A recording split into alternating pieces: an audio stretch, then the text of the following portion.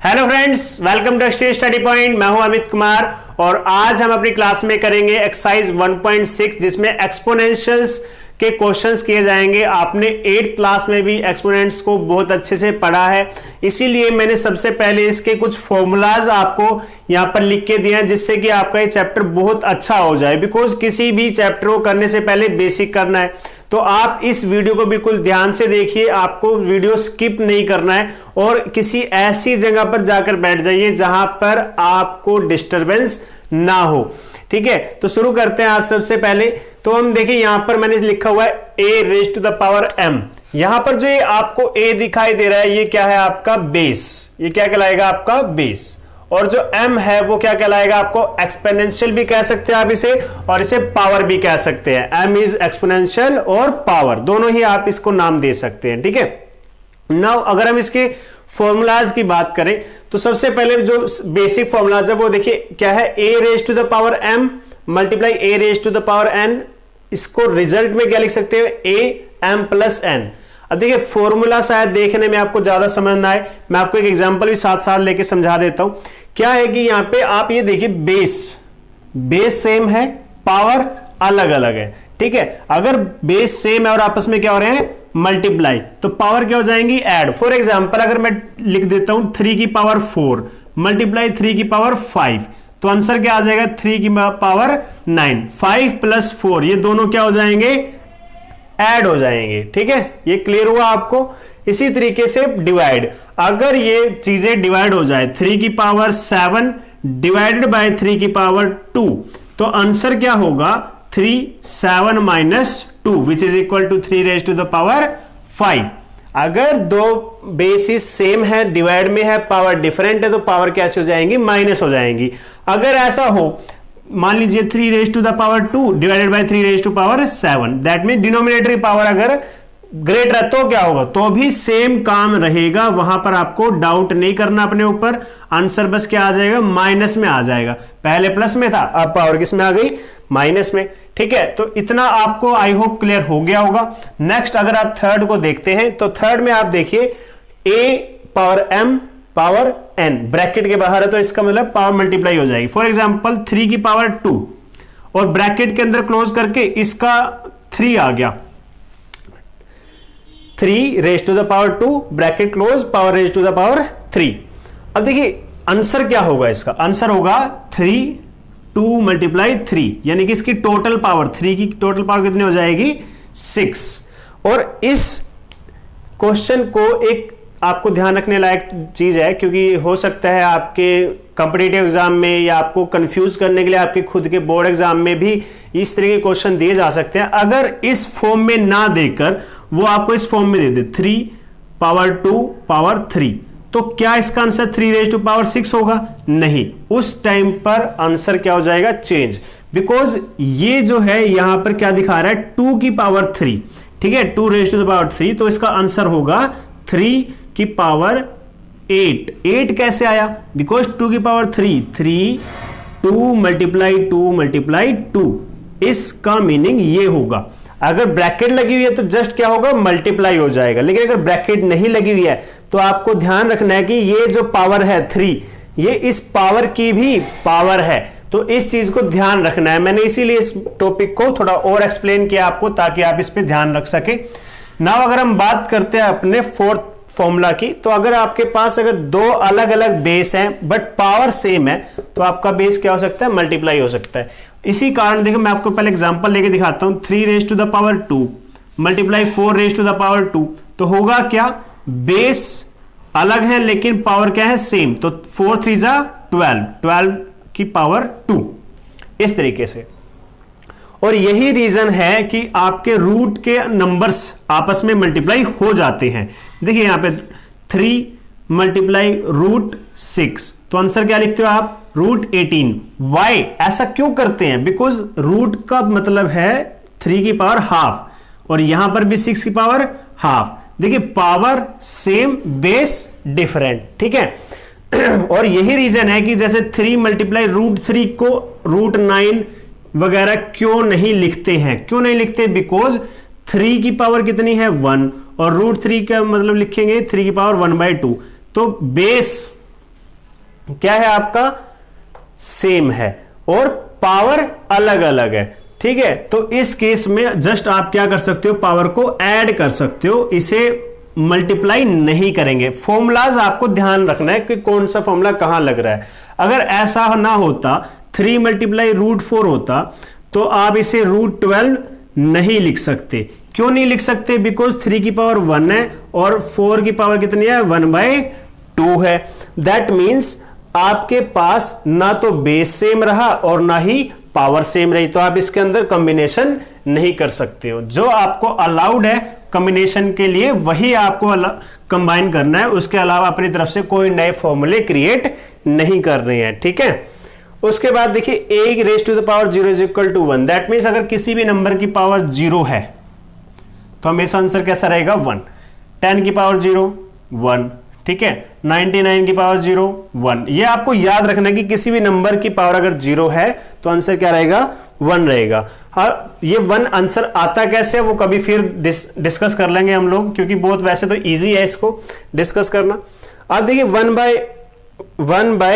Raise to the power n, 1/a raise to the power n।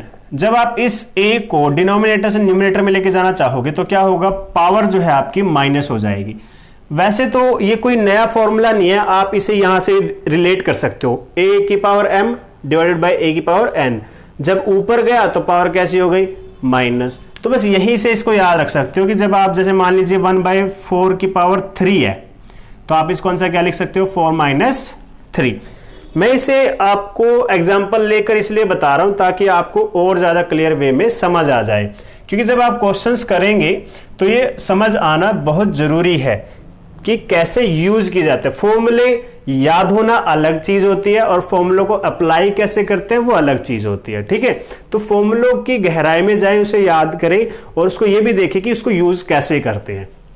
ना यहां पे देखिए पावर जो है अगर फ्रैक्शन में है 1/n, तो इसका मतलब क्या है, वो उसकी nth रूट है। पावर अगर फ्रैक्शन में है तो जो डिनोमिनेटर होता है उसको क्या कहते हैं, रूट। ठीक है, उसको क्या कहते हैं, रूट। कभी आप स्क्वायर रूट कहते हो, कभी क्यूब रूट कहते हो। तो वो क्या होता है, nth रूट होता है। जितनी भी पावर होती है, 2 पावर होगी 1/2 तो स्क्वायर रूट, 1/3 है तो क्यूब रूट, अगर 4 है तो इसी तरीके से, मतलब nth रूट, 4th रूट बोल देंगे उसको। तो यहां पे इस तरीके से आंसर आ जाएगा। फॉर एग्जाम्पल अगर यहां पे लिखा 125 की पावर 1/3 तो आंसर क्या होगा, cube root of 125 which is equal to 5। Answer भी आना चाहिए आपको सोल्व करना। ठीक है, तो उसके बाद अगर हम बात करते हैं इसके लास्ट फॉर्मूले की, तो लास्ट फॉर्मूला भी आपको देख ही रहा है, काफी आसान है। देखिए यहां पे nth रूट है, शुरुआत करते हैं यहां से। अगर मैं इससे शुरुआत करूं कि अगर आपको इस फॉर्म में मिल जाए तो उसका मीनिंग क्या है, a की power m divided by n। अब मैंने आपको बताया था ना, अगर पावर फ्रैक्शन में है और जो आपका डिनोमिनेटर है वो क्या होता है, nth रूट होता है, तो आप इसको चेंज कर सकते हो, a की पावर m और इसके ऊपर nth रूट। m यहां रखो या फिर बाहर रखो, दोनों एक ही बात है। ठीक है, इसमें कोई डिफरेंस नहीं है। देखो यहां पे मैंने वही चीज करके दिखाई है, पावर रूट के अंदर भी सेम वही थी m और रूट के बाहर भी वही सेम रहेगा, कोई इसके अंदर खास चेंज नहीं है। तो ये फॉर्मूलाज आई होप आपको समझ आ गए होंगे। अगर आप समझ चुके हैं तो यस लिख दीजिए कमेंट बॉक्स में, और अगर नहीं समझ में आया तो दोबारा से हम फिर कभी वीडियो बनाएंगे, उसमें और डिटेल से इन चीजों के बारे में स्टडी करेंगे। बट नाउ अब हम चलते हैं एक्सरसाइज 1.6 के क्वेश्चंस की तरफ। अगर हम बात करें पार्ट नंबर 1 की, तो पार्ट नंबर 1 में आपके पास क्या है, 64 raise to the power 1/2, but you also can write 64 as 8 multiply 8 raise to the power 1/2। अब 8 multiply 8 power 1 that means you also can say 8 square, है ना, मल्टीप्लाई, उसके बाद पावर, उसकी होल की पावर कितनी हो जाएगी, 1/2। अब यहां पर आपके पास जो आंसर आएगा वो क्या आएगा, 8 2 मल्टीप्लाई 1/2। यहां पे लिखना भी है because a raise to the power n multiply m, तो आपका क्या आ जाएगा, a n m, इस तरीके से। ठीक है, n ब्रैकेट के अंदर था, m बाहर था, दोनों क्या हो गए आपस में मल्टीप्लाई। मल्टीप्लाई होने के बाद कैंसिल हो रहे हैं, तो योर आंसर इज 8। अगर सेकंड पार्ट की बात करें, बहुत सिंपल क्वेश्चन दिए हुए हैं आपके एक्सरसाइज 1.6 के अंदर, ठीक है। आप अगर ध्यान से करेंगे तो सारे क्वेश्चंस हो जाएंगे। तो जैसे सेकंड क्वेश्चन की बात करते हैं, 32 1/5। अब 32 को आप क्या कर सकते हो, फैक्टर्स की फॉर्म में लिख सकते हो, 2 × 2 × 2 × 2 × 2, 5 टाइम्स 2 आ जाएगा, 2 2 जा 4, 4 2 जा 8, 8 2 जा 16, 16 2 जा 32, और इसका whole raise to the power 1/2। Now अब यहां कितनी पावर है, 1 2 3 4 5, तो आप लिख सकते हो 2 रेज़ टू द पावर 5, और ब्रैकेट के बाहर कौन सी पावर है, 1/2, या सॉरी 1/5 है यहां पे पावर, ठीक है। पावर क्या है आपकी, 1/5 है। तो आप क्या करेंगे, 5 × 5, अब जो आपने काम यहां किया था सेम काम यहां आ जाएगा, 2 5 × 1/5, 5 से 5 कैंसल, तो आंसर इज 2, ये आपका आंसर हो गया। अब यहां पे भी आपको ये सेम दिखाना पड़ेगा, because a raise to the power n multiply m, और ब्रैकेट के पार अगर बाहर m है तो क्या होगा, a raise to power n multiply m। इस तरीके से आपका क्वेश्चन हो जाएगा, ठीक है। नाउ थर्ड पार्ट की बात करते हैं। थर्ड पार्ट भी बहुत सिंपल है आपका, 125 divided by power raise to the power 1/3। Now आपको क्या करना है, 125 के फैक्टर्स लिखने हैं, फिर 5 × 5 × 5, और पावर कितनी है इसकी, 1/3, पावर कितने टाइम्स है, 1 2 3, बाहर कितनी है, 1/3।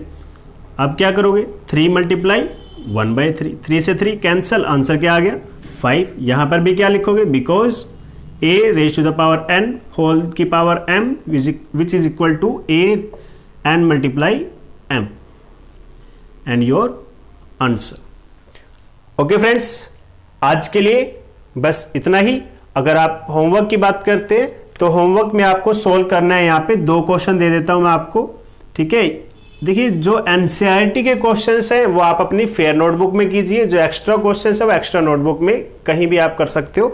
अगर आपके पास अभी लॉकडाउन के चलते न्यू नोटबुक्स नहीं है तो आपकी लास्ट ईयर की बहुत सारी ऐसी नोटबुक्स होंगी जिसके अंदर बहुत सारे पेजेस है, तो आप उसमें काम जरूर करें, because basic idea behind these classes is that आप अपनी स्टडी के लिंक में रहें, ठीक है। अगर किसी के पास न्यू नोटबुक है तो वो अपनी फेयर नोटबुक कंप्लीट कर ले, ठीक है। जिसके पास न्यू नोटबुक नहीं है, कोई मटेरियल नहीं है, तो अपनी लास्ट क्लासेस की जो भी नोटबुक्स बची हो उसमें काम करें, और बाद में नोटबुक फेयर नोटबुक कंप्लीट कर लेना। बट अभी ये सारा काम करना है आपको, ठीक है, राइट डाउन करना है, बिकॉज लिखने से आपकी प्रैक्टिस होती है, प्रैक्टिस करने से आपको बेटर समझ में आता है, ठीक है। इसीलिए मैं आपको हमेशा होमवर्क में 1-2 क्वेश्चन देता हूं ताकि आप भी उन क्वेश्चंस को सोल्व कर पाओ।